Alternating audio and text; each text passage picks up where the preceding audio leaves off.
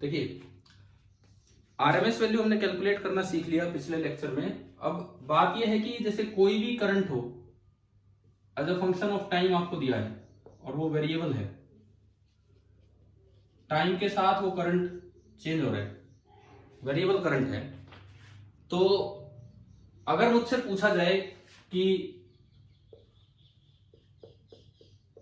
Heat produced by I in a resistor R in time t,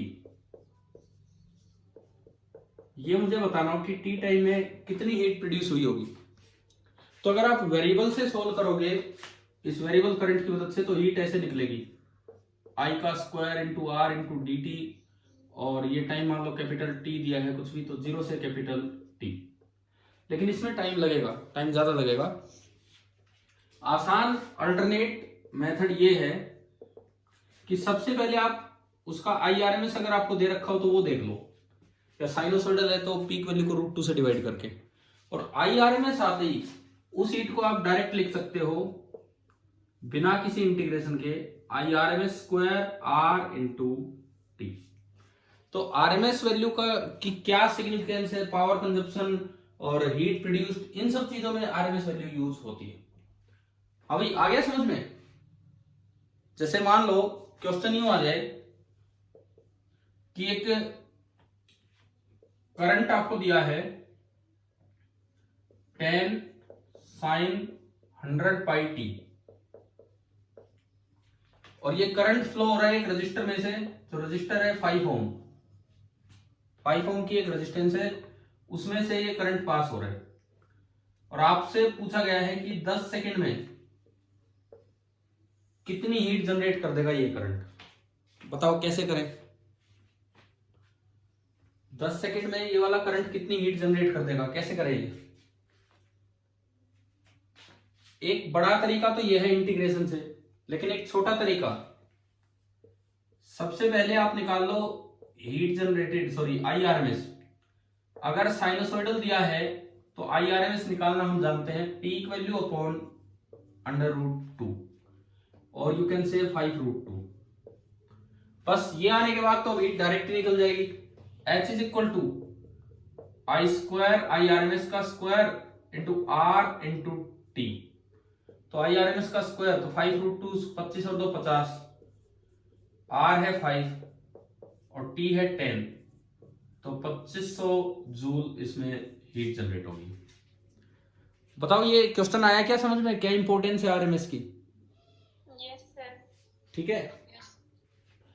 अब बात ये आती है कि जैसे कोई भी डिवाइस हो, जब हम अल्टरनेटिंग करंट अभी पढ़ेंगे तो एक नई चीज यहां एसी में क्या एंटर होगी वो सुने आप।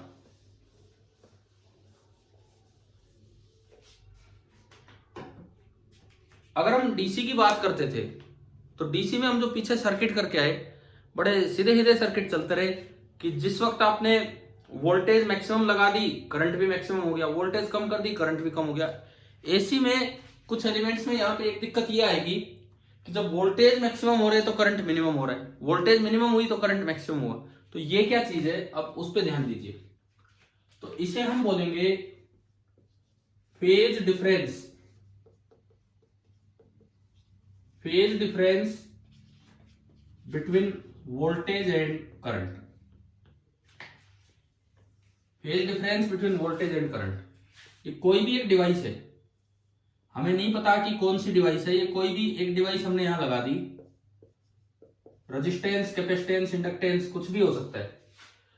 मान लो इसके पास जो अप्लाइड वोल्टेज है दैट इज V, और वो अल्टरनेटिंग है। This V is a function of time, time के साथ वो चेंज हो रही है, प्लस माइनस पलट रहे हैं। जिस वक्त ये प्लस ये माइनस इधर से कोई करंट यूज आ रहा है, this I is again a function of time, दूसरा फंक्शन है तो मैंने इसको FT लिख दिया, उसको GT लिख दिया, इस तरह से। अब फेज डिफरेंस का क्या मतलब है? लेट V मैंने माना, V की इक्वेशन है Vm sine omega driving T या ओमेगा T, ये इस तरह की हम जनरल इक्वेशन मानते हैं। तो आई की जो इक्वेशन बनेगी, एक तो उसकी मैक्सिमम वैल्यू होगी आई एम साइन, अब जरूरी नहीं फेज होता है, ये फेज मैंने उस दिन बताया था ना आपको, जो साइन के आगे जो पूरा लिखा रहता है वो फेज होता है, और उसके अंदर जो कांस्टेंट है वो फेज कांस्टेंट है या इनिशियल फेज। तो यहाँ तो हमने इनिशियल फेज कुछ लिया ही नहीं इसका, लेकिन ऐसा हो सकता है कि वोल्टेज और करंट का फेज सेम ना हो। मे बी वोल्टेज की ये इक्वेशन है और करंट की ये इक्वेशन आ जाए, मे बी ऐसा हो सकता है। तो अगर इस तरह का कुछ है तो उसका क्या मतलब है, पहले हम वो समझते हैं। तो अगर इस तरह की इक्वेशन इन डिवाइसेस में बनी है तो दिस इंप्लाइज कि ये जो फाई नोट है, इस फाई नोट को हम क्या बोलेंगे, this is the phase difference between V and I। अब मैं इसका मतलब समझाता हूं आपको कि ये फेज डिफरेंस का क्या मतलब है। Let phi naught be pi by 2। एक बार इससे मतलब समझते हैं। अगर फाई नोट पाई बाई 2 होगा तो जो वोल्टेज इसके पास आपने अप्लाई की उसकी तो इक्वेशन है Vm साइन ओमेगा टी, लेकिन जो करंट इसमें से पास होगा Im sine omega T plus pi by 2। Sine 90 plus theta क्या होता है, sine 90 plus theta cos theta. तो ये आपका बनेगा Im कोस ओमेगा टी, यानी कि ये ऐसी डिवाइस है जिसमें वोल्टेज ये लगाओगे तो करंट ये बन रहा है। अब मैं एक बार इनको ग्राफिकली समझूं, ग्राफिकली अगर मैं इन चीजों को समझूं कि विद टाइम वोल्टेज की इक्वेशन, सबसे पहले साइन ओमेगा टी जीरो से स्टार्ट होगा या एक्सट्रीम से स्टार्ट होगा, साइन की इक्वेशन बताओ, जीरो से और ऊपर की तरफ जाएगा। तो ये आपने इस तरह का ये बना दिया यहां तक, ये कंप्लीट साइकिल होगी टी, और इसकी जो पीक वैल्यू है दैट इज Vm। अच्छा, अब इसी के नीचे मैं ग्राफ बना रहा हूं करंट का, इस डिवाइस में से पास होने वाला करंट, इसी के नीचे हम बना रहे हैं इस डिवाइस में से पास होने वाला करंट, उसकी इक्वेशन आ रही है कोस। तो वो कहां से स्टार्ट होगा, ऊपर से, पॉजिटिव एक्सट्रीम से। ओमेगा दोनों का सेम है, ओमेगा सेम होने का मतलब है टाइम पीरियड इतना ही होगा, यानी कि हाफ टाइम इतना ही होगा, यानी कि 1/4 टाइम इतना ही होगा, और 3/4 टाइम इतना ही होगा, लेकिन शुरू ऊपर से होगा, शुरू ऊपर से होगा। इसका मतलब ये जो आपका पार्ट है ये शुरू हुआ Im से, ये यूं गया, फिर ये यूं जाएगा एंड ये यूं आ जाएगा। आप बताओ क्या ग्राफ बनाना आ गया दोनों इस डिवाइस में? Yes sir. अब देखो पाई बाई 2 फेज डिफरेंस की सिग्निफिकेंस क्या है, इधर ध्यान दो। जब वोल्टेज जीरो थी तो डिवाइस में करंट क्या था, जीरो या मैक्सिमम? वोल्टेज जीरो है तो डिवाइस में करंट क्या है, मैक्सिमम। मैक्सिमम ग्राफ से देखो, जिस वक्त वोल्टेज मैक्सिमम हुई उस वक्त करंट कितना हो गया, जीरो।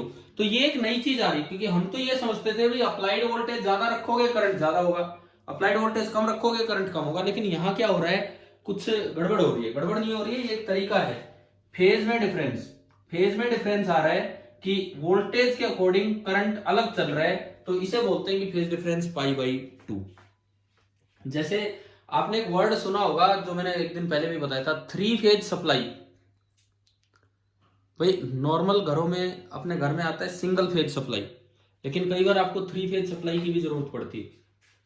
पहले क्या होता था कि जैसे कहते थे भाई फेज खराब हो गया, उसे बोल देते थे फेज उड़ गया, बोले बदल लिया जाके, और बाहर से ही वायर वायर चेंज करके और अपना फेज चेंज कर देते थे। देखा है, सुना है क्या ऐसा कभी? अब तो थोड़ा, अब हो सकता है थोड़ा कम हो गया, पहले तो यार बड़ा कॉमन था ये, हम फेस बोलते थे फेस चेंज करिए, फेस चेंज करिए, वो फेस चेंज ही होता था।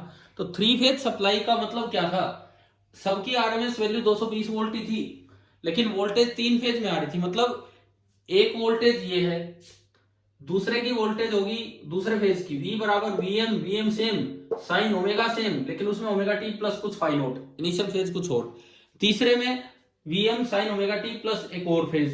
तो यानी कि केवल और केवल इनिशियल फेज का डिफरेंस होने से वो 3 फेज सप्लाई हो जाती है, और वो 3 फेज जनरेटर हो जाता है। हम सिंगल फेज जनरेटर पढ़ के आए हैं पीछे, जो हमने पढ़ा पिछले चैप्टर में, एक कोइल को रोटेट किया वो सिंगल फेज जनरेटर था, अगर ऐसे ऐसे 3 कोइल्स को थोड़े एंगल पे लगा के रोटेट कर दे तो वो 3 फेज जनरेटर हो जाता है। तो फिलहाल ये बताओ, क्या ये समझ में आ गया कि if phase difference is pi by 2 तो इसका मतलब है जब वोल्टेज मैक्सिमम तो करंट मिनिमम, एंड जब करंट मैक्सिमम तो वोल्टेज मिनिमम। तो ये एक नई चीज एसी में ऐड होगी और इस पे हमारा पूरा ध्यान जाना चाहिए कि भाई फेजेस होते क्या हैं, किस तरह से, इसी को हम आगे बढ़ाएंगे। अब देखो सुनो, अभी हम आरएमएस वैल्यू निकाल के लाए, तो आरएमएस की टर्म्स में हम एक फॉर्मूला याद करेंगे कि एवरेज पावर कंजप्शन का क्या फॉर्मूला होता है। एवरेज पावर कंजप्शन मतलब ये डिवाइस है, ये इसमें वोल्टेज है, ये इसमें करंट है, तो एवरेज पावर कैसे निकालें उस पर हम चलेंगे, उसके बाद आगे बढ़ेंगे। मैं फिर से एक चीज कह रहा हूं कि हम जल्दी से एसी सर्किट स्टार्ट नहीं कर रहे हैं, क्योंकि ये चैप्टर सीधा एसी सर्किट स्टार्ट करते हैं बच्चे और एसी सर्किट पे खत्म करके आगे बढ़ जाते हैं, जबकि इस चैप्टर में और भी काफी कुछ है, एसी सर्किट भी है लेकिन और भी बहुत सी चीजें। सर ये फिर से बता दो। ओहो, ये फेज वाली बात क्या, यही वाला? सर मेरा लेट ज्वाइन हुआ है। अरे रे रे रे, कोई बात नहीं, अब अगले में समझ लेना। फेज में मैंने इतना सा समझाया है, फेज में मैंने इतना सा समझाया है कि अगर ऐसा हो सकता है कि वोल्टेज और करंट बिल्कुल एक दूसरे के अकॉर्डिंग ना चल रहे हो, मतलब आपने किसी डिवाइस पे कोई वोल्टेज अप्लाई की तो जरूरी नहीं कि वोल्टेज मैक्सिमम हो उसी वक्त करंट मैक्सिमम हो। एसी में ये चक्कर आता है। ऐसा हो सकता है कि जब वोल्टेज मैक्सिमम है करंट मिनिमम है, आप एक बार जिसने डेट ज्वाइन किया हो, आप ये अभी थोड़ी देर में मैं वीडियो अपलोड कर दूंगा, वहां से रिपीट कर लेना, इससे फर्क नहीं पड़ेगा अगले टॉपिक पे। अब आप आगे बढ़ते हैं। देखिए नितिन सर। हाँ जी नमस्कार सर। नमस्कार। बेटा सभी बच्चों अपना रोल नंबर लिख के आओ, roll number, name, father name, नहीं तो आज तो एंट्री कर दिया, कल से एंट्री नहीं दूंगा मैं अपने। ये हर रोज बताने की बात होती है क्या? आप लोग ध्यान दीजिए यार इन चीजों पे। नहीं तो आज तो मान लो वेटिंग में डाल दिया है, कल से मैं कर दूंगा मैं।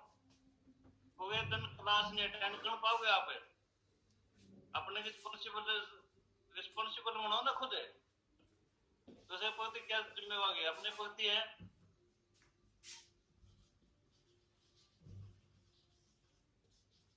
ध्यान रखिए भाई आगे से। आप लोग यार ध्यान रखिए, चीजें जरूरी हैं। सिक्योरिटी फीचर ये लगा दो कि आपको प्रॉपर एंट्री लेनी है। अब हम क्या सीख रहे हैं, एवरेज पावर कंज्यूम बाय ये डिवाइस कब, जैसे डीसी पे तो हम एवरेज पावर पढ़ के आए होते हैं, I² R और इस तरीके से। एवरेज पावर कंज्यूम बाय ये device when connected to an AC source, कि अगर आप एक एसी सोर्स के साथ आप डिवाइस को कनेक्ट कर देते हैं तो कितनी एवरेज पावर कंज्यूम करेगा। डायरेक्ट में क्या फॉर्मूला लगा सकता हूं ये हमें सीखना है। जैसे मान लो ये कोई भी डिवाइस है, may be resistance, capacitance, inductance और उनका कॉम्बिनेशन कुछ भी, ये कोई भी डिवाइस है। अभी अभी मैंने डायग्राम बनाया था, इसके पास कोई वोल्टेज पहुंच रही है, अल्टरनेटिंग वोल्टेज, इसके पास कोई भी वोल्टेज पहुंची, लेट यहां किसी समय ये प्लस ये माइनस है, और जो वोल्टेज आ रही है that is Vm sin omega T. आप ये बताओ क्या ये प्लस माइनस फिक्स है या चेंज होते रहेंगे? हाँ जी बोलो, ये प्लस माइनस फिक्स है या चेंज होते रहेंगे? भाई ये कैसा सोर्स है, कैसा सोर्स हमने अप्लाई किया है? तो अल्टरनेटिंग सोर्स का मतलब है कि बार बार प्लस माइनस चेंज हो गया, किसी इंस्टेंट किसी टी टाइम पे ये इधर वाली साइड प्लस है और उधर वाली साइड माइनस है।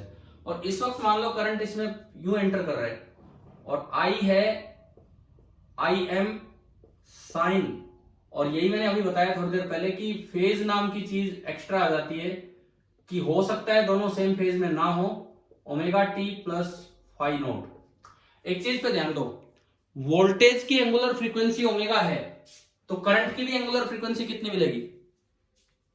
ओमेगा, क्योंकि ये उसको डिराइव कर रहे हैं और वोल्टेज से ही करंट आ रहा है यहाँ पे। लेकिन फेज सेम होना जरूरी नहीं है, इनिशियल फेज इसका 0 है और उसका फाई नोट है, ये है।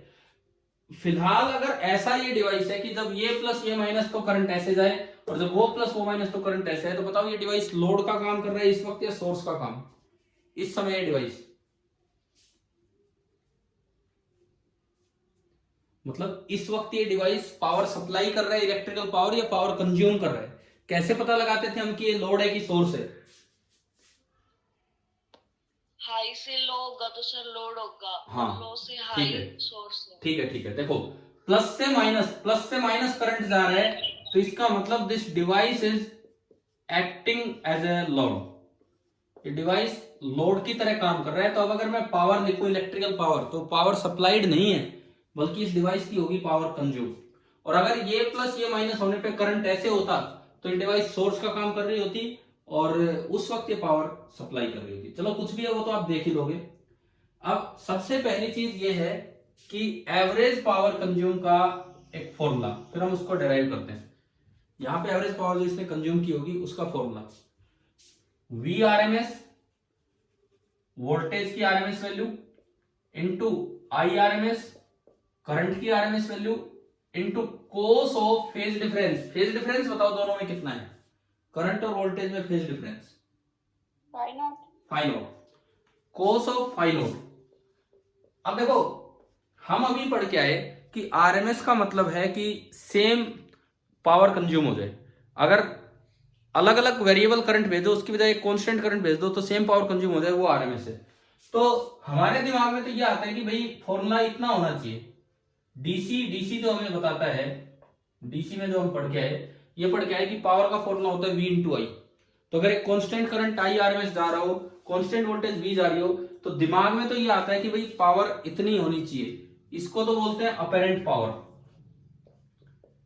इसको तो बोल देते हैं अपेरेंट पावर, जो दिमाग में बनता है हमारे। लेकिन साथ में एक फैक्टर मल्टीप्लाई हो रहा है जो हमेशा एक से छोटा या मैक्सिमम एक हो सकता है। कोस की वैल्यू कभी एक से बड़ी नहीं होगी। इस फैक्टर को नाम दिया जाता है पावर फैक्टर। पावर फैक्टर मतलब आप तो सोच रहे हैं कि पावर इतनी कंज्यूम हुई है, लेकिन असल में उसका कुछ टाइम ही कंज्यूम होगी, पूरी नहीं होगी। और ये जो पूरी आई है ये आपकी होती है ट्रू पावर, कि भाई कितनी पावर इस डिवाइस ने कंज्यूम की। अभी हम फॉर्मूला निकालेंगे। देखो सिंपली V इंटू आई फॉर्मूला क्यों नहीं लग रहा V इंटू आई? कारण मतलब VRMS इंटू IRMS।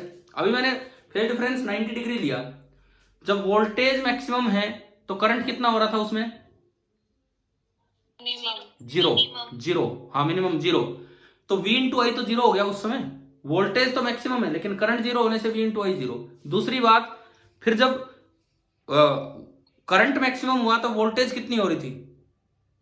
जीरो। तो उस जगह भी V इंटू आई जीरो हो गया। तो बीच बीच में कई ऐसे इंस्टेंस आ रहे हैं जहां पे V इंटू आई जीरो बन रहा है। तो क्या एवरेज पावर हमेशा इतनी रहेगी या कुछ कम हो जाएगी? बार बार V इंटू आई जीरो हो रहा है, कभी कम हो रहा है, कभी ज्यादा हो रहा है। इसीलिए एवरेज पावर खाली ये नहीं होता, फेज डिफरेंस होने की वजह से, करंट और वोल्टेज में फेज डिफरेंस होने की वजह से फैक्टर आता है और इसको नाम देते हैं पावर फैक्टर। तो एसी में पावर का फॉर्मूला थोड़ा सा चेंज हो गया है, एक नया फैक्टर आके मल्टीप्लाई हो गया पावर फैक्टर। पहला काम है हम एक बार इसको प्रूव करें कि भाई ये फॉर्मूला आया कैसे। आज की क्लास में हम आरएमएस की इंपॉर्टेंस ही पढ़ रहे हैं। आज की क्लास में हम आरएमएस की इंपॉर्टेंस ही पढ़ रहे हैं, साथ में एक फेज जैसी चीज और पढ़नी पड़ी क्योंकि पावर कैलकुलेट करने के लिए उसकी हमें जरूरत पड़ेगी। तो देखिए इसका प्रूफ देखो, at any instant T, at any instant T, किसी भी टी टाइम में जो इंस्टेंटेनियस पावर होगी उसका तो फॉर्मूला होगा V इंटू आई। इंस्टेंटेनियस पावर उस वक्त की पावर, जैसे किसी वक्त अगर V जीरो आई नॉन जीरो तो उस वक्त इंस्टेंटेनियस पावर जीरो, किसी वक्त आई जीरो V नॉन जीरो तो भी इंस्टेंटेनियस पावर जीरो, और बाकी जगह पे कभी कुछ इस तरह से। तो सबसे पहले मैंने इंस्टेंटेनियस पावर इस डिवाइस की रखी और ये आ गई। तो P instantaneous I Vm sine omega T into Im sine of omega T plus phi naught. अच्छा मैं ये वो वाला केस नहीं ले रहा हूं स्पेशल केस की फाई नॉट पाई बाई 2 ले लिया ना, कुछ भी फाई नॉट हो सकता है, कुछ भी। तो इन जनरल किसी समय किसी टी टाइम पे आपको पावर चाहिए तो उसका आपने फॉर्मूला बना दिया। इसको थोड़ा सा मैं ठीक ठाक तरीके से लिखूं तो पावर बन रही है Vm इंटू Im, ये तो कॉन्स्टेंट है बन के बाहर आ गया। इसके अलावा एक फंक्शन ऑफ टाइम आ गया, sine omega T into sine omega T plus phi naught, sine omega T into sine of omega T plus phi naught. ये आ गया। अगर मेरे पास power as a function of time आ चुकी है तो आप बताओ एवरेज कैसे निकालते हैं। अगर y as a function of x हो, जो मैंने समझाया था एवरेज वैल्यू का मैथमेटिकल डेफिनेशन, अगर p as a function of time आ चुका है तो एवरेज पावर कैसे निकलेगी। एवरेज पावर याद है ये फॉर्मूला? हाँ जी बताओ, एवरेज का मीनिंग, मैथमेटिकल मीनिंग यूज कीजिए, क्या बनेगा? IRMS पावर हाफ ना ना ना ना ना, यहां से देखो p as a function of time है, dt by dt। Integral P D T upon integral D T, और एक पूरी साइकिल पे आप निकाल लीजिए तो 0 से कैपिटल टी और 0 से कैपिटल टी। ये बताओ कि यहां तक क्लियर हुआ आपको कि कैसे आपको एवरेज पावर निकालनी होगी? ठीक है, अब देखो इंटीग्रेशन करना है तो वीएम आई एम तो कांस्टेंट है, बाहर आ जाएगा, लेकिन साइन के जब दो फंक्शन प्रोडक्ट में आ रहे हैं तो ऐसे इंटीग्रेशन नहीं होगा। आप उनको सम या सब्ट्रैक्शन में लीजिए, प्लस या माइनस में, प्रोडक्ट में नहीं लेना है। तो उसके लिए हम थोड़ा सा इसमें एफर्ट करें, इसको थोड़ा चेंज करें, इस फैक्टर को थोड़ा चेंज करें। कैसे? 2 से ऊपर नीचे मल्टीप्लाई कर दो, इसको मैं अभी यूज कर लूंगा, थोड़ी देर के बाद इसको यूज कर लूंगा। एवरेज पावर कैसे निकालनी है, क्या समझ में आ गया? किस तरह से निकालनी है एवरेज पावर? देखो पहले इसको ना लीनियर टर्म में लेके चलो, प्लस माइनस करके लीनियर कॉम्बिनेशन में। तो उसका तरीका यह है कि इसको 2 से तो कर दो मल्टीप्लाई और 2 से आप कर दो डिवाइड, 2 से मल्टीप्लाई कर दो और 2 से डिवाइड। उसका फायदा क्या होगा? क्या ये एक मैथ्स का फॉर्मूला इस टाइप का नहीं बन रहा है, 2 sine A sine B? Yes sir. 2 sine A sine B क्या आपको याद है? नहीं है तो मैं बता देता हूं। This is cos of A minus B minus cos of A plus B. ये ट्रिग्नोमेट्री का फॉर्मूला है और इसने इसको लीनियर टर्म्स में अलग अलग कर दिया। उसके बाद इंटीग्रेशन आसान हो जाएगा, इंटीग्रेशन कर पाना पॉसिबल हो पाएगा। हाँ भाई समझ में आया? तो ये अगर आप इसमें लगाते हैं तो पहली टर्म बताओ क्या बची? पहली टर्म क्या बची बताओ? अगर हम ये इसमें अप्लाई करें तो फर्स्ट टर्म क्या बनेगी? अरे इसको हमने ए बोल दिया, इसको हमने बी बोल दिया, तो ए माइनस बी ही तो लिखना है। बताओ क्या बचा? Minus phi naught minus cos of A plus B. Cos of A plus B क्या बचेगा? 2 ओमेगा टी प्लस 5। आया समझ में? ये स्टेप आ गया समझ में कैसे किया है? कोस ऑफ माइनस थीटा क्या होता है? थोड़ी सी तो ट्रिग्नोमेट्री आनी चाहिए यहां पे। साइन ऑफ माइनस थीटा होता है minus sign theta, cos of minus theta होता है प्लस का कोस थीटा, क्योंकि माइनस थीटा गया फोर्थ क्वाड्रेंट में और फोर्थ क्वाड्रेंट में कोस पॉजिटिव होता है। तो आप इसी को लिख सकते हैं कोस ऑफ फाइव नॉट, ये तो पहली term, minus cos of 2 omega T plus 5 not. बताओ ये स्टेप आ गया क्या समझ में कैसे लिखा हमने? ठीक है, अब हमने ये इसमें यूज किया। अब देखो आप, ये मैं डिवाइस को हटा रहा हूं ताकि हम कुछ जगह बने, ये भी हटा ही देता हूं। सुनिए, अब मैं अगर वापस इसको इसमें पुट करूं तो ये देखो पावर ये है, बाहर है वीएम आई एम बाई 2, तो मैं इसको यूं लिख सकता हूं VM by root 2 into I M by root 2। अरे भाई बाहर है वीएम आई एम बाई 2, क्या हम इसको ऐसा लिख सकते हैं VM by 2 into I M by, दोनों को 2 को रूट टू कर दिया, और ये जो बना ये आपका बन गया वो last term cos of five not minus cos of 2 omega T plus 5 not. Clear हो गया होगा ये स्टेप भी? ये मैंने क्यों किया रूट टू अलग अलग? क्या नजर आ रहा है इससे? क्या लिख दूं इसको?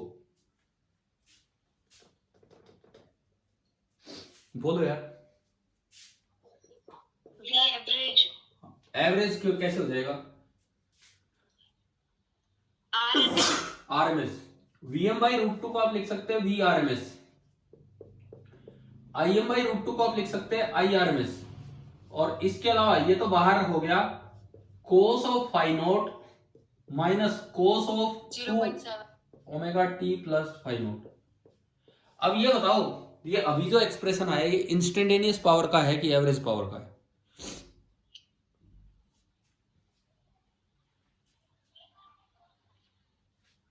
बोलिए।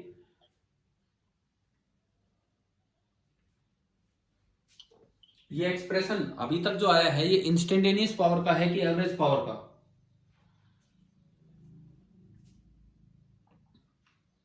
बोलो यार। This is power as a function of time. This is, अभी तो हम उसी को कन्वर्ट कर रहे हैं। ये कौन सी पावर चल रही है? इंस्टेंट।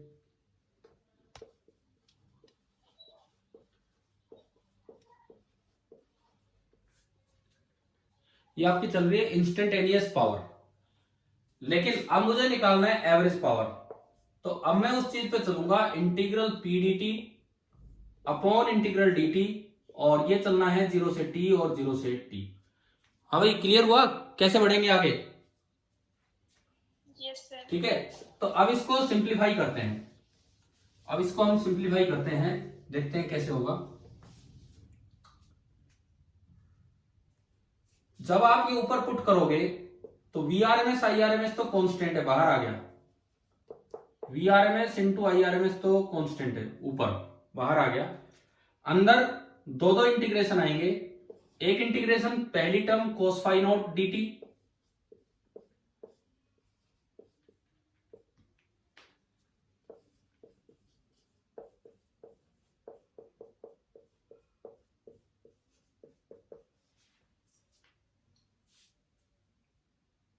हमें ये स्टेप आया समझ में क्या किया मैंने?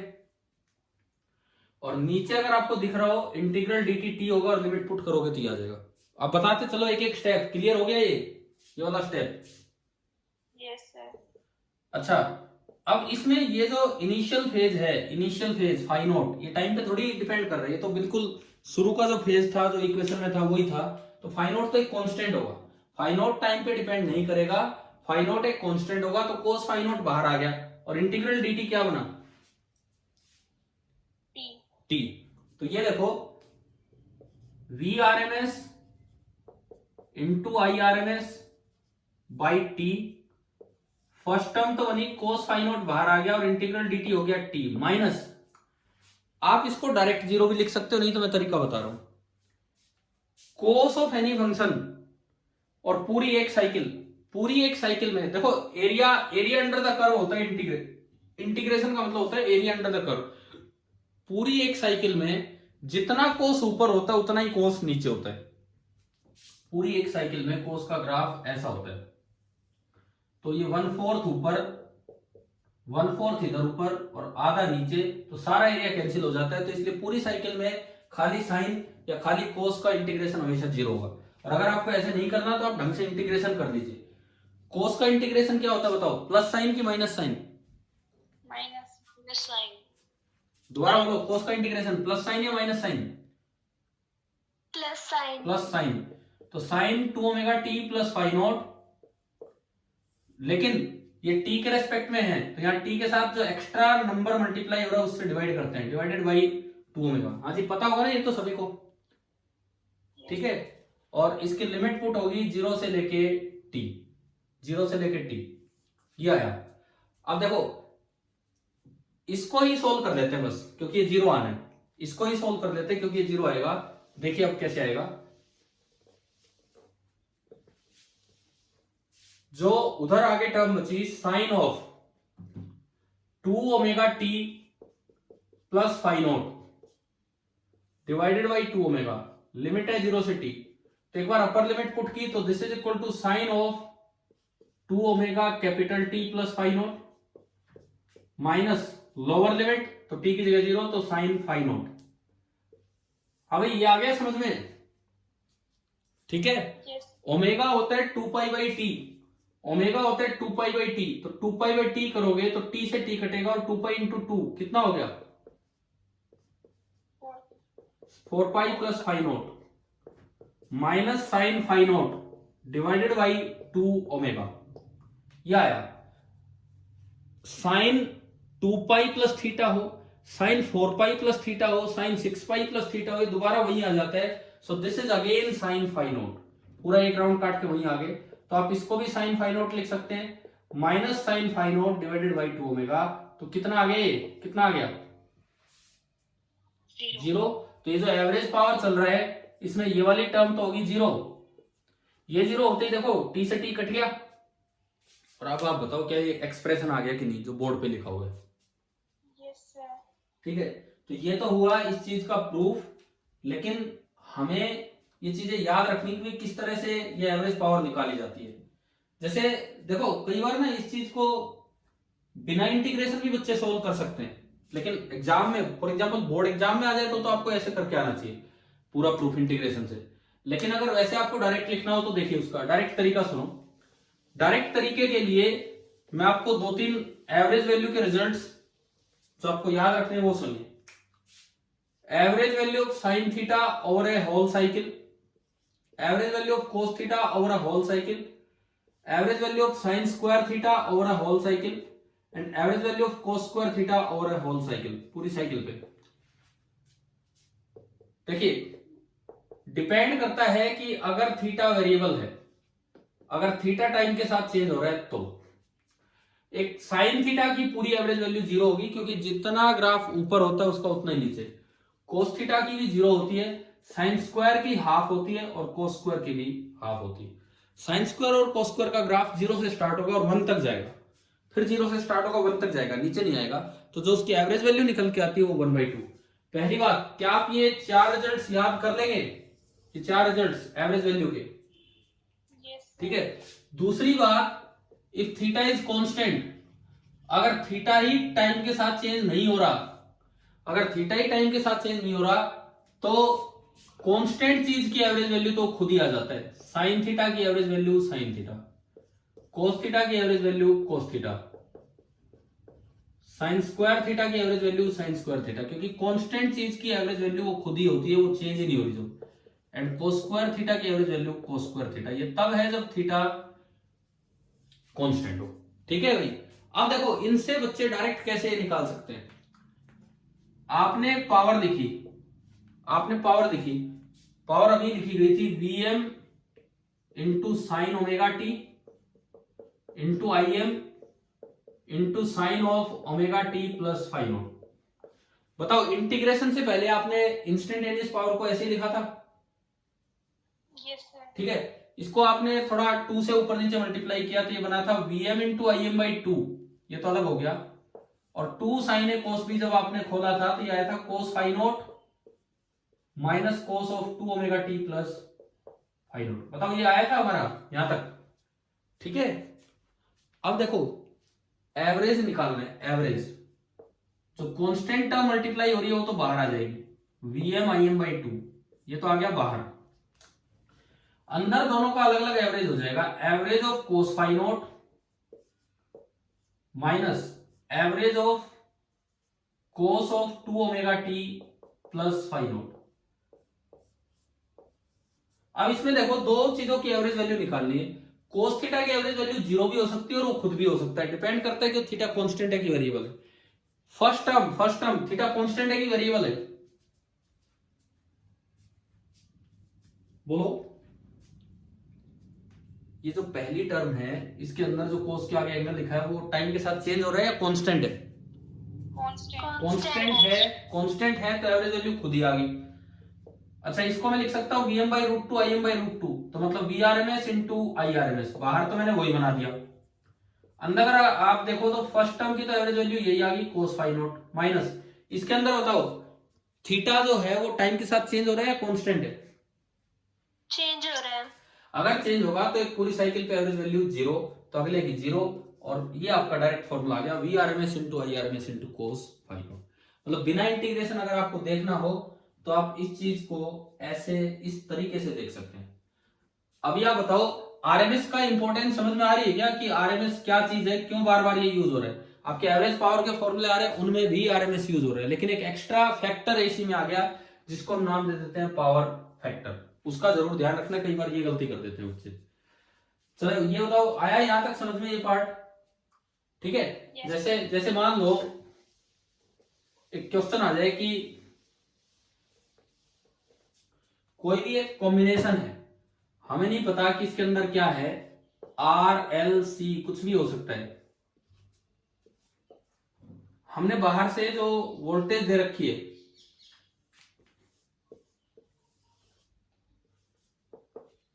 उसकी इक्वेशन आपको दे दी 100 into sine of 100 pi T volt में, और जो करंट इसमें जनरेट हो रहा है, इसके अंदर जो करंट जनरेट हो रहा है उसकी इक्वेशन आपको दे दी 20 इंटू साइन ऑफ, अच्छा ये भी जरूरी नहीं है कि ये साइन ही हो, कोस भी लिखा हो सकता है, चलो अभी तो हम साइन के साथ ले रहे हैं, और मान लो ओमेगा तो सेम मिलेगा क्योंकि ये इसको ड्राइव कर रहा है तो ओमेगा तो सेम मिलेगा, प्लस माइनस कुछ फेज डिफरेंस हो सकता है, मान लो यहां दिया है π/3, इतने एम्पियर करंट है, आपको बताना है कि एवरेज पावर कंज्यूम कितनी होगी इस कॉम्बिनेशन में, जो एक एवरेज पावर कंज्यूम कितनी होगी किसी साइकिल पे, ये चीज आपको बतानी है।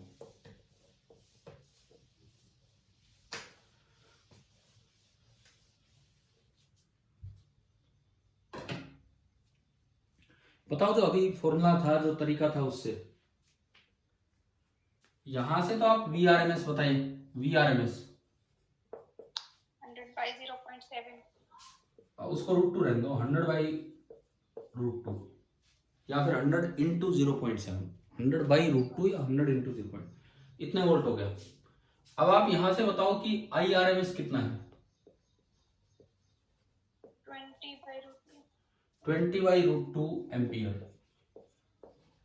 अब आप बताओ कि पावर फैक्टर कितना है, पावर फैक्टर मतलब कोस फाई नोट।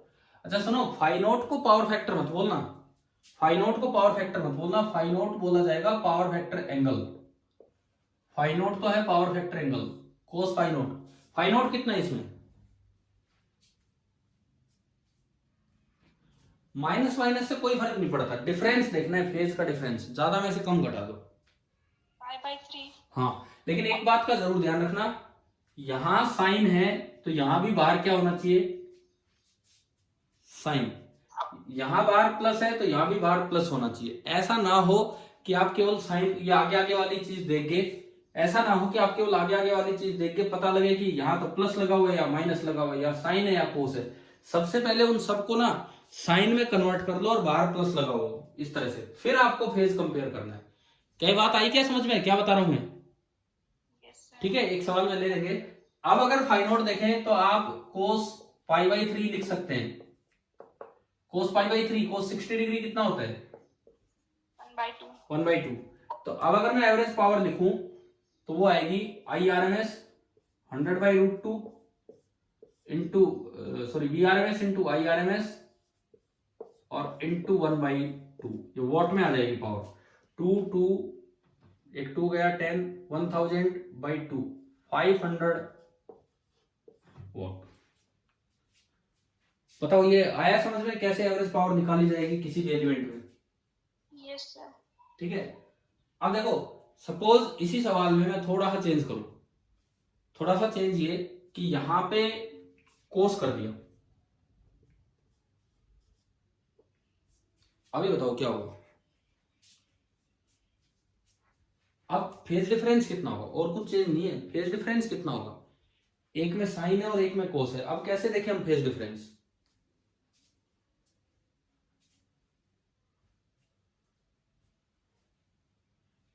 कैसे देखें फेज डिफरेंस? सबसे पहले इस कोस को भी किस में कन्वर्ट करो, साइन में, और बाहर प्लस रखना है।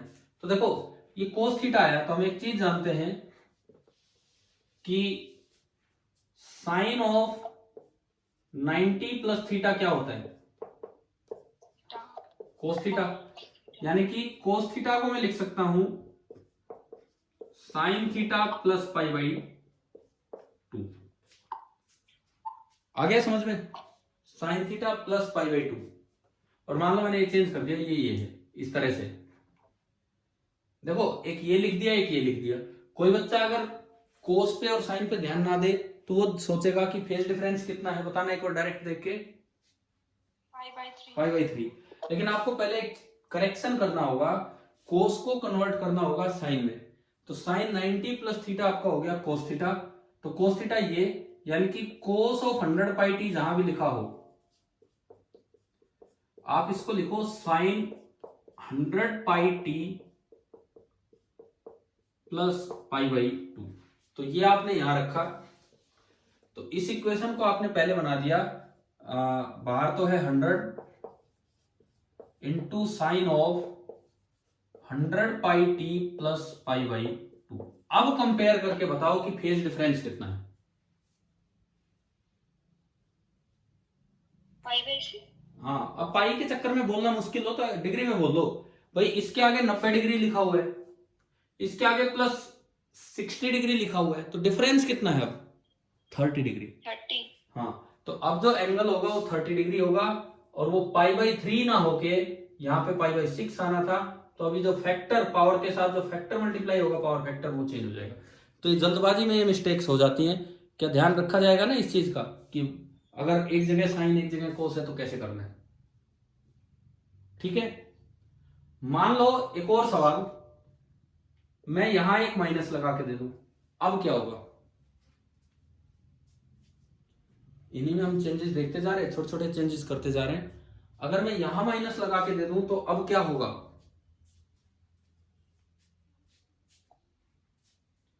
अब मुझे ना माइनस कोस थीटा दिखा रखा है, माइनस कोस थीटा, और उसको मुझे साइन में कन्वर्ट करके लाना है। तो कैसे कन्वर्ट करें।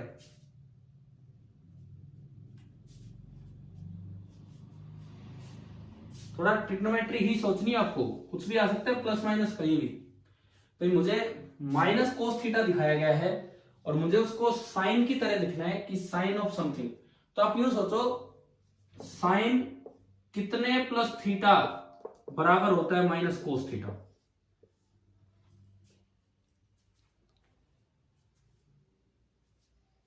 एक तो साइन कोस में कब बदलता है, एक तो 90 डिग्री पे और एक 270 पे। भाई या तो 90 हो या 270 हो। अब 90 प्लस थीटा तो गया सेकंड क्वाड्रेंट में, सेकंड में होता तो यहां माइनस आता नहीं, यानी कि यहां पे क्या आएगा 270। इसका मतलब यह है कि माइनस कोस 100πt को आप लिख दीजिए साइन थीटा तो 100πt और प्लस 270 डिग्री। तो ये आपका यहां लिखा जाएगा 100, ये तो बाहर का फैक्टर है, sine of 100πt plus 270 degree, उसमें ऊपर है 60 डिग्री। अब आप डिफरेंस देखोगे 210 डिग्री और फिर उसका कोस निकाल लेना। बताओ समझ में आ रहा है कि किस तरह से करना है ये। ठीक है, चलिए ये आपने सीखा कि आरएमएस का क्या यूज है एवरेज पावर निकालने में, और थोड़ा मैथमेटिकल एक्सप्रेशंस का बड़ा ध्यान रखना है इस चैप्टर में जिस तरह से काम चल रहा है। अच्छा, एक टर्म आती है जो हमने +1 में भी पढ़ी थी, फेजर। एक टर्म आती है जो +1 में भी पढ़ी थी, फेजर। फेजर क्या होती है बताओ, लिखवाया भी होगा मैंने +1 में।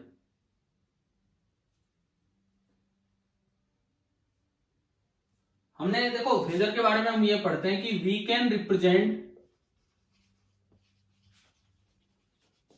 Any type of wave, we can represent any type of wave vectorially by a phasor. किसी वेव को अगर आपको वेक्टर की तरह देखना है तो वहां पे फेजर का यूज होता है। किस तरह से फेजर डिफाइन होता है, +1 में हमने पढ़ा था कि फेजर एक वेक्टर की तरह है जिसका कुछ मैग्नीट्यूड होगा जो वेव के एम्पलीट्यूड के बराबर है और जो रोटेट करेगा किसी स्पीड से। मान लो लेट कोई भी मैं वोल्टेज लू, V is equal to Vm sine omega T plus phi naught, suppose ये है। अब मुझे बोला जाए कि इसका फेजर बनाओ, ये काम आएगा आगे एसी सर्किट्स में बहुत ज्यादा, इसका फेजर बनाओ। तो इसका फेजर का क्या मतलब है, हम दो एक्सिस बना देते हैं परपेंडिकुलर, ये बताने की जरूरत नहीं है कि ये कौन से एक्सिस है। आगे हायर फिजिक्स में चलते हैं जब रियल एक्सिस इमेजिनरी एक्सिस, अभी कोई जरूरत नहीं है। अब आप एक वेक्टर बनाओ, एक ऐसा वेक्टर जिसका मैग्नीट्यूड तो उतना हो जितना कि वेव का एम्पलीट्यूड है। वेव का एम्पलीट्यूड कितना है? वेव का एम्पलीट्यूड देखो, एम्पलीट्यूड वही तो होता है जो बाहर लिखा Vm। तो आप एक ऐसा वेक्टर ले लो जिसका मैग्नीट्यूड तो है Vm, और जो रोटेट कर रहे हैं अबाउट द ओरिजिन कितनी एंगुलर स्पीड से? जितनी की आपकी वेव की एंगुलर फ्रीक्वेंसी है। वेव की एंगुलर फ्रीक्वेंसी कितनी है? ओमेगा। तो उतनी ही स्पीड से आप इसको एंटी क्लॉकवाइज सेंस में रोटेट कराते। चलो शुरुआत कहां से करनी है? इनिशियल फेज से। इनिशियल फेज कितना था? Phi naught. तो आप फाई नोट एंगल पे एक वेक्टर बना दो जिसका कि मैग्नीट्यूड उतना है जितना कि इसका एम्पलीट्यूड है। उसको हम रिप्रेजेंट करते हैं Vm से। ये तो है t=0 टाइम पे फेजर, वोल्टेज का फेजर। और ये रोटेट करा दो इधर की तरफ कितनी एंगुलर स्पीड से? जितनी की आपकी वेव की एंगुलर फ्रीक्वेंसी है। तो t टाइम में कितना घूम चुका होगा? t टाइम में ओमेगा इंटू टी घूम चुका होगा। t टाइम में ये जो घुमा होगा this will be omega into T. ये तो Vm है, मैं यहां लिख देता हूं। t टाइम में ये जो फेजर घूमा है this is omega into t, this is at time t, और मैग्नीट्यूड इसका दिखाना है Vm। ये होता है फेजर जो लगातार रोटेट करता रहता है। इस चीज को हम फेजर बोलते हैं। तो अगर फेजर को डिफाइन करना हो तो व्हाट इज फेजर? अब phasor is a vector. Starting हम यहां से करें कि भाई फेजर एक वेक्टर है जो एक वेव को रिप्रेजेंट करने के काम आ रहा है। इसका मैग्नीट्यूड कितना है? ये जो आपने लिखा कि फेजर इज अ वेक्टर, इसका मैग्नीट्यूड कितना है? Vm. हाँ, that has a magnitude equal to the amplitude of the wave. A magnitude equal to the amplitude of the wave. इसका जो एम्पलीट्यूड है वेव का उसके बराबर तो इसका मैग्नीट्यूड है, और वो रोटेट कर रहे हैं वेक्टर ओरिजिन के अबाउट कितनी वेलोसिटी से? कितनी वेलोसिटी से? एंड दैट रोटेट्स, नहीं ओमेगा तो ठीक है, that rotates about the origin. किस तरह से? Angular velocity of rotation of phasor, angular velocity of rotation of phasor is same as the angular speed frequency of the wave। जिस wave का आप फेजर बना रहे हैं उस वेव की जो एंगुलर फ्रीक्वेंसी है, ये उस वेव की जो एंगुलर फ्रीक्वेंसी है उतनी इस वेक्टर की एंगुलर वेलोसिटी है, और उस वेव का जो एम्पलीट्यूड है वो इस वेक्टर का मैग्नीट्यूड है। ये घूमता है एंटी क्लॉकवाइज डायरेक्शन में। शुरू कहां से होता है? जहां इसका इनिशियल फेज है। तो किसी भी वेव के लिए फेजर क्या होगा आप बताइए? क्या ये समझ में आ गया कि नहीं? ठीक है। इसका यूज कहां पे होगा? ट्रिग्नोमेट्रिक इक्वेशन को सोल्व करना बड़ा मुश्किल हो जाता है, ना केवल मेडिकल स्टूडेंट बल्कि नॉन मेडिकल स्टूडेंट के लिए भी ट्रिग्नोमेट्रिक इक्वेशन को सोल्व करना बड़ा हो जाएगा। लेकिन वेक्टर एडिशन प्लस वन में हर एक बच्चा सीख के आता है। दो वेक्टर हैं, एक का मैग्नीट्यूड ए, एक का मैग्नीट्यूड बी, उनके बीच का एंगल है थीटा। तो आपको पता है ना सभी को कि रिजल्टेंट होता है √a² + b² + 2ab cos theta, है ना? सीधा फॉर्मूला है। तो इस तरह से हम रिजल्टेंट वेव का फेजर बना के उसका मैग्नीट्यूड निकाल के उसका एम्पलीट्यूड बता देंगे। +1 में SHM में पढ़ाया था मैंने ये काम, अगर थोड़ा याद आ रहा हो तो। ध्यान है ना? उसमें दो तीन SHM होते थे, उनको ऐड करके रिजल्टेंट SHM का एम्पलीट्यूड निकालते थे। तो इसी तरह निकालते थे, पहले इसका मैग्नीट्यूड निकाल लेते थे और वो रिजल्टेंट का एम्पलीट्यूड हो जाता था, या फिर इसका उल्टा काम करते थे तो उसे फोरियर एनालिसिस बोला था। ये सब था। अब देखो, जैसे मान लो एक एग्जांपल लूं, आपको वोल्टेज दी गई है 10 sin 100πt वोल्ट, और आपको करंट दिया गया है 2 sin 100πt + π/6 एम्पियर, ये दिया गया है। आपसे बोला है कि t बराबर 0 पे इनका फेजर डायग्राम बनाओ और उसमें फेज डिफरेंस देखो। तो देखिए t बराबर 0 पे बनाना है आपको, t बराबर 0 पे। तो आप इन एक्सिस के नाम मत दो कभी भी, ये हमारे काम के नहीं कि कौन से रियल और इमेजिनरी एक्सिस होते हैं, लेकिन हम उन्हें यूज नहीं करेंगे। अब सुनो, t बराबर 0 पे इसका फेज कितना है, इसका t बराबर 0 पे इसका फेज कितना है, इनिशियल फेज 0। तो ये सीधी लाइन बनेगी यहीं, और इसका जो एम्पलीट्यूड है वो फेजर का मैग्नीट्यूड। तो आपने एक वोल्टेज फेजर इधर बना दिया, वोल्टेज फेजर आगे की तरफ बनाया 10 वोल्ट ये। अब बताओ t बराबर 0 पे करंट का इनिशियल फेज कितना है, पाई बाई 6। तो आप एंटी क्लॉकवाइज पाई बाई 6 पे चले जाओ, पाई बाई 6 एंगल पे, और ये आपका करंट बन गया। और इसका जो मैग्नीट्यूड बनाओगे फेजर का, वो इसका एम्पलीट्यूड ले लेना है, और वो है 2 एम्पियर। तो आपने फेजर डायग्राम भी बना दिया और फेज डिफरेंस भी लिख दिया। क्या ये बात आ गई यहां तक समझ में? Yes, sir. अब इसमें यूं बताओ, who is lagging and who is leading, current और वोल्टेज में कौन लैग कर रहा है और कौन लीड कर रहा है? आगे कौन है, थोड़ा सा आगे कौन दिख रहा है इसमें, करंट या वोल्टेज? Voltage. आगे मतलब कौन, आगे मतलब इस तरह रोटेशन में, फेज में आगे कौन है, करंट या वोल्टेज? करंट। तो ये बोलते हैं कि इस पर्टिकुलर एग्जांपल में करंट इज लीडिंग और V इज लैगिंग बिहाइंड। ये वर्ड्स हम यूज करेंगे, करंट लीड कर रहा है और ये देखो, ये चीज यहां पूरा रिपीटिशन है फेजर का। अगर आपको याद हो एसएचएम के हम एचसीवी से कुछ क्वेश्चंस भी लिए थे उस समय, जिनमें पूरा पूरा फेज का यूज था। एक एसएचएम है, उसकी इक्वेशन में साइन ओमेगा टी दे रखा है, एक में साइन ओमेगा टी प्लस 60 दे रखा है, एक में साइन ओमेगा टी प्लस 120 दे रखा है, तीनों का एम्पलीट्यूड ए है। तो पूछा था कि रिजल्टेंट एम्पलीट्यूड बताओ। तो हम पहले फेजर बना लेते थे और 3 वेक्टर बना दिए ए मैग्नीट्यूड के, एक 0 डिग्री पे, एक 60 डिग्री पे, एक 120 डिग्री पे, तीनों का रिजल्टेंट कर दिया। वेक्टर सम से जो मैग्नीट्यूड आया वही रिजल्टेंट का फेजर होता था। सेम ये चीज यहाँ एसी में होगी जब हम आगे एसी सर्किट्स लेके चलेंगे। तो चलिए फेजर क्या है, एटलीस्ट कई बार तो बच्चे से पूछे फेजर क्या है तो ये डिफाइन करना ही नहीं आता, तो ये पूरी डेफिनेशन मैंने आपके लिए लिख दी है, आप नोट कर लेना कि भाई फेजर होता क्या है। अच्छा, अब बात ये आती है कि जैसे हमने आज एवरेज पावर के ऊपर फोकस किया कि एवरेज पावर ये है। कई बार ना डायरेक्ट साइन कोस में एक्सप्रेशन नहीं आता, थोड़ा अलग सा एक्सप्रेशन आ जाता है। तो उस केस में आपको किस तरीके से एवरेज पावर या ये सब चीजें निकालनी होंगी। जैसे क्वेश्चन लेके मैं करूं आगे,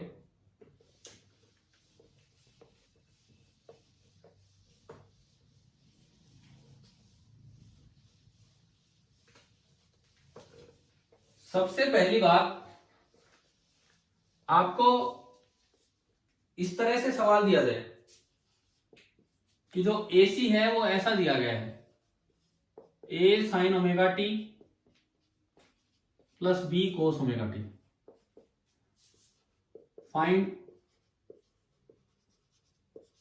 RMS वैल्यू। थोड़ा थोड़ा ट्रिग्नोमेट्री की चीजें यूज हो रही है यहाँ पे, कीजिए भाई, बताइए कैसे करें। अगर इस तरह से आपको आई दे रखा हो, इस तरह का एक्सप्रेशन हो कि एक में तो एम्पलीट्यूड A दिख रहा है, एक में एम्पलीट्यूड B दिख रहा है, और इसकी आरएमएस वैल्यू हमसे पूछ ले तो हम कैसे बताएं?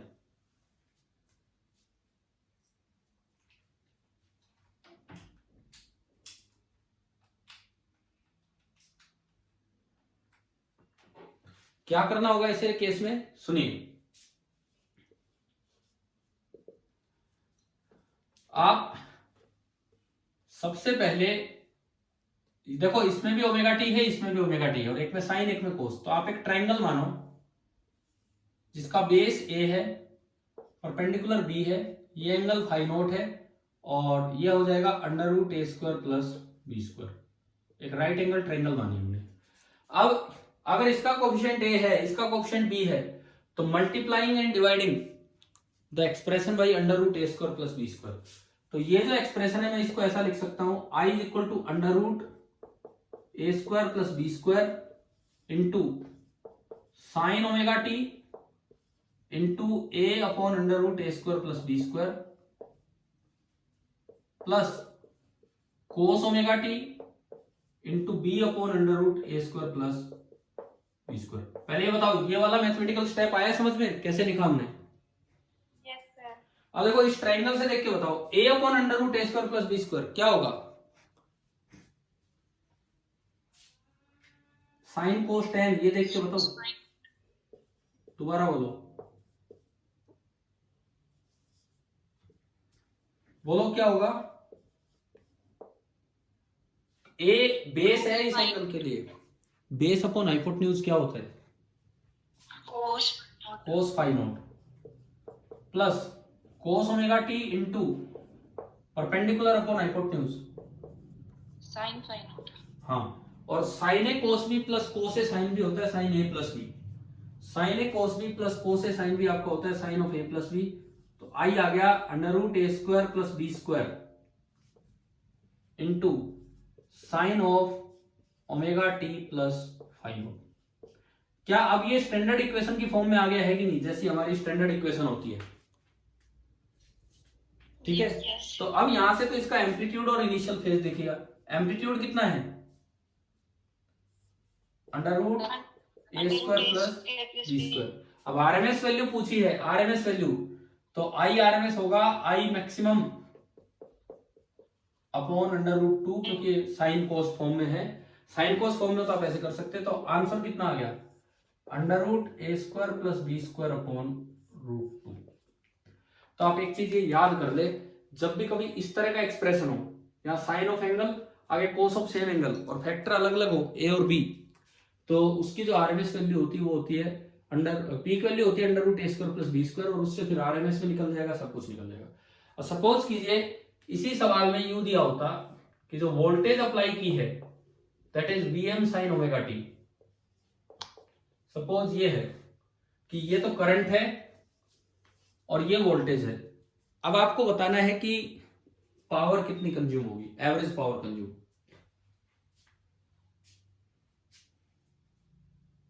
बताओ एवरेज पावर कंज्यूम कितनी होगी?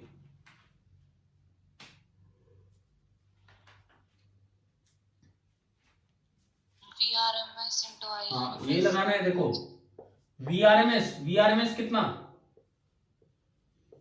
VM by root 2 इंटू I RMS under root A square by b square upon root 2 into power factor. Power factor angle कितना है? पावर फैक्टर एंगल, इसमें तो साइन के आगे ओमेगा टी और इसमें साइन के आगे omega T plus phi naught, तो ये आ गया cos phi naught. Cos phi naught कहां से लाऊं मैं?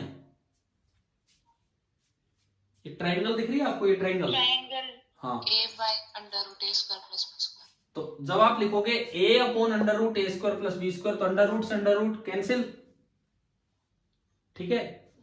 ओनली कितना बचा ये? Vm into a divided by 2। समझ में आया? अगर ऐसे मैथमेटिकल एक्सप्रेशन आ जाए तो किस तरह से हमें करना है।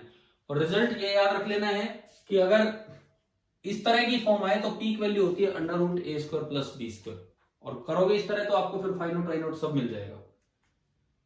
चलो एक आखिरी सवाल इसी तरह का ले रहा हूं आज की क्लास का। वैसे टाइम तो हो गया है, बस यही बताने के लिए कि एक्सप्रेशंस और तरीके से आ जाते हैं तो कैसे लिखना है।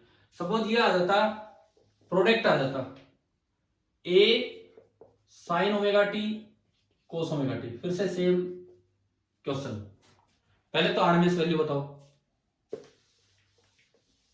पहला सवाल है कि आरएमएस वैल्यू बताओ।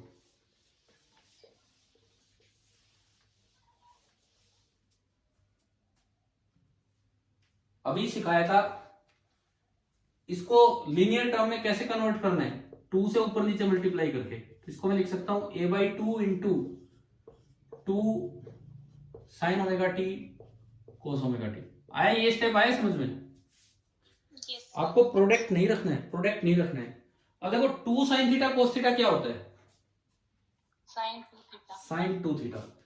2 साइन थीटा कोस थीटा आपका होता है साइन 2 थीटा। तो ये बनेगा a by 2 into sine of 2 omega t.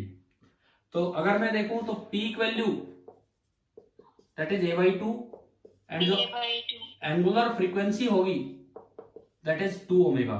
तो अगर आरएमएस वैल्यू चाहिए तो that will be a by 2 under root 2।